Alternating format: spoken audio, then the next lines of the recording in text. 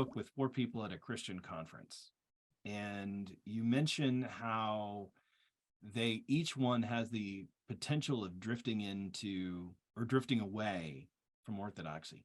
Can you just give a quick, brief overview of those 4 positions and why you chose those 4?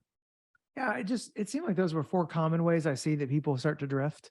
One is just the spiritual season of dryness or drought that can happen. I think it can happen either through sin or it can happen through suffering. And people can start to look for the jolt that they get from something that seems innovative or fresh teaching wise.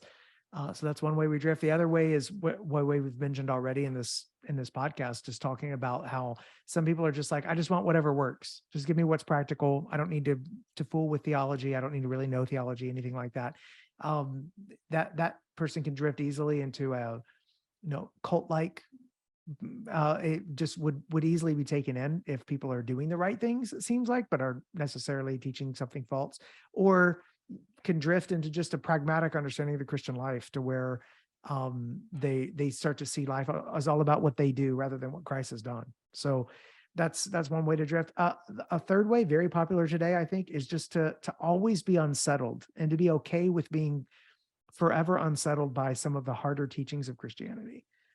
Just sort of that vulnerable sense of, I just want to, I'm just wrestling through this and I really don't like this. I wish that, that the Bible taught something different, but this is what it teaches. I guess I got to go along with it, but I really did, would change it if I could. And so I think that sort of lack of, I think if that's where someone is, they need to be honest and authentic about where they are in that but the goal is to work yourself out of that, to grow out of that, not to live in that forever. Because if you do, it's not going to be attractive to other people. And first of all, like, you're not going to, hey, come and be a Christian so you can be as unsettled in your faith as I am in mine. Like, I just don't know that really reaches people like people think, So I think we want to get to a place where our heart actually actually loves the truth, rather than just a sort of gritted teeth trying to hold on to whatever the truth teaches. And then the other way is just to replace Christianity with a cause, the cross with a cause.